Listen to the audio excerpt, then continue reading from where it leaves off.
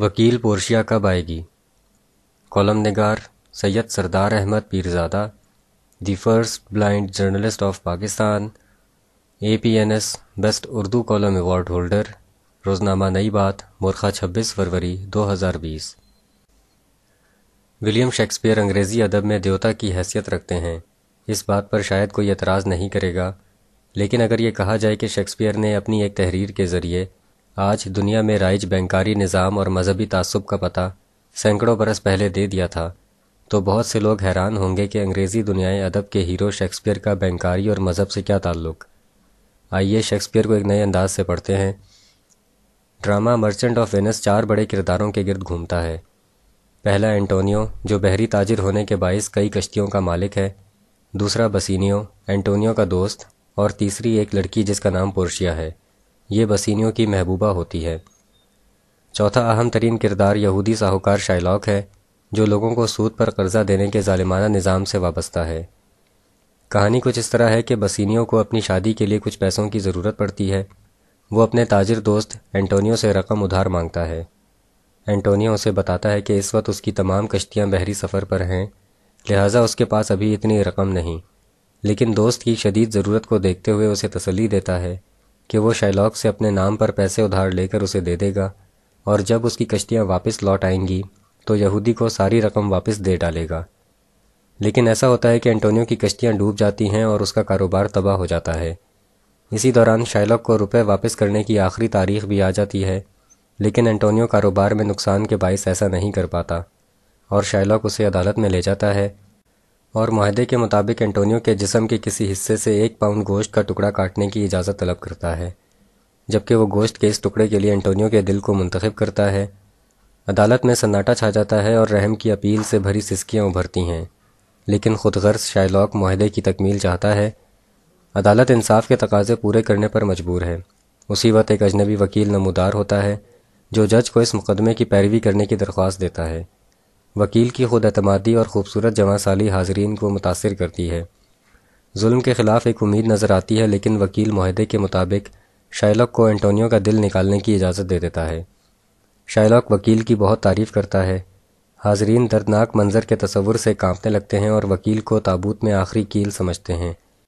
وکیل، جو دراصل بسینیو کی محبوبہ پورشیا ہے اور مرد وکیل کے بھیس میں ہے، عین اس وقت عدالت کو شائلاک کے لیے ایک حکم جاری کرنے کی درخواست کرتی ہے کہ یہودی بے شک اینٹونیو کا دل نکال لے، جو کہ معاہدے کے عین مطابق ہوگا، لیکن اس عمل کے دوران اینٹونیو کے جسم سے خون کا ایک قطرہ بھی نہیں بہنا چاہیے، کیونکہ اس کی معاہدے میں گنجائش نہیں ہے، اور اگر ایسا ہوا تو شہر وینس کے قانون کے مطابق خون کے پہلے قطرے کے ساتھ ہی شائلاک کو اپنی جان سے ہاتھ دھونا پڑیں گے۔ عدالت میں موجود سب اس دلیل پر دم بخود رہ جاتے ہیں۔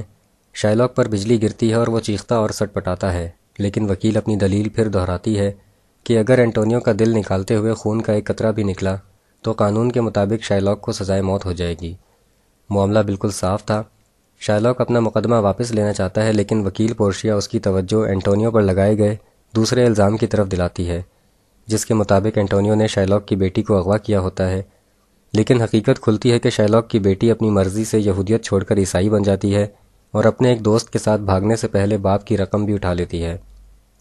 پورشیا وکیل دلیل دیتی ہے کہ شہر وینس کے قانون کے مطابق کسی پر جھوٹا الزام لگا کر اس کی جان خطرے میں ڈالنے سے شائلاک کو اپنی آدھی جائیداد سے بھی ہاتھ دھونا پڑیں گے۔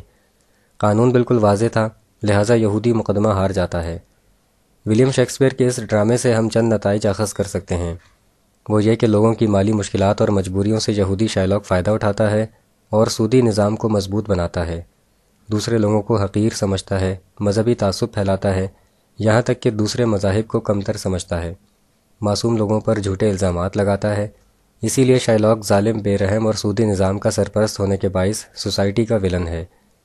عیسائی لوگ یہودی مذہب کو اچھا نہیں سمجھتے، یہی وجہ ہے کہ یہودی شائلاک کی بیٹی عیسائی لڑکے سے شادی کرنے کے لیے یہودیت چھوڑ کر عیسائیت قبول کر لیتی ہے، جو کہ ڈرامے میں لڑکے کی اہم شرط تھی۔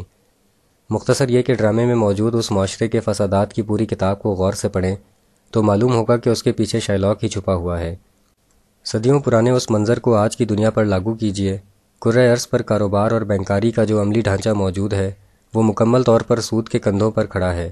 اس میں تازہ ترین اضافہ کریڈٹ کارڈ اور لیزنگ وغیرہ کی صورت میں کیا گیا ہے۔ روزمرہ کی ضروریات کو پورا کرنے کے لیے بینکوں سے قرضہ حاصل کرنے والے مقروض زیور بیچنے، گھر قرضی کروانے اور بعض اوقات خودکشی کرنے کے باوجود بھی سود معاف نہیں کروا سکتے۔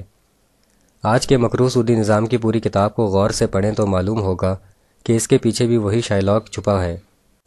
آلو کے چپس، مشروبات، فاسٹ فوڈ کے ریسٹورنٹ، کمپیوٹر ٹیکنالوجی، مشہور فلموں، لباس، فیشن، موبائل فون سے لے کر ادویات تک کے انٹرنیشنل کاروبار اور چھوٹے بڑے اسلحے کی خرید و فروخت کی پوری کتاب کو غور سے پڑھیں تو معلوم ہوگا کہ اس کے پیچھے سود خور شائلاک ہی چھپا ہوا ہے۔ آج دنیا میں مذہبی تعصب کی آگ ہو یا خانہ جنگی کی بدصورتی، 9/11 کے بعد افغانستان پر چڑھائی ہو یا ایٹمی ہتھیاروں کے بہانے سے عراق کو خاک اور خون میں نہلایا گیا ہو، ملکوں دہشت گردی کے منصوبے ہوں یا غزہ کے بچوں کو یتیم کرنے اور ہسپتالوں کو قبرستان بنانے کا مشن ہو، نہتے کشمیریوں کے کشمیر کو سینکڑوں دنوں تک جیل خانہ بنائے رکھنا ہو، امن کے نام پر ان سب مارکوں کی پوری کتاب کو غور سے پڑھیں تو معلوم ہوگا کہ اس کے پیچھے کاروباری سود خور شائلاک ہی چھپا ہوا ہے۔ دنیا کی بڑی حکومتوں کے ساتھ ساتھ اکثر مسلم حکومتیں بھی کشمیر سمیت دنیا میں جگہ جگہ بڑھتے درد، ابلتے خون اور سسکتی انسانیت پر خاموش ہیں۔ اس زبان بندی کی پوری کتاب کو غور سے پڑھیں تو معلوم ہوگا کہ اس کے پیچھے سود خور شائلاک ہی چھپا ہوا ہے۔ ولیم شیکسپیئر نے 16ویں صدی میں تھیٹر پر وینس کا شہر آباد کیا جس میں ظالم سود خور کاروباری شکست کھا جاتا ہے۔ کیا 21ویں صدی کی حقیقت میں وینس کا شہر آباد نہیں ہو سکتا؟ کیا 21ویں صدی کے کاروباری سود خور شائلاک کے لیے عدالت قائم نہیں ہو سکتی جہاں شائلاک اپنا مقدمہ ہار جائے؟ چالاک سود خور شائلاک کو کاؤنٹر کرنے کے لیے وکیل پورشیا کب آئے گی؟ شکریہ، دی اینڈ۔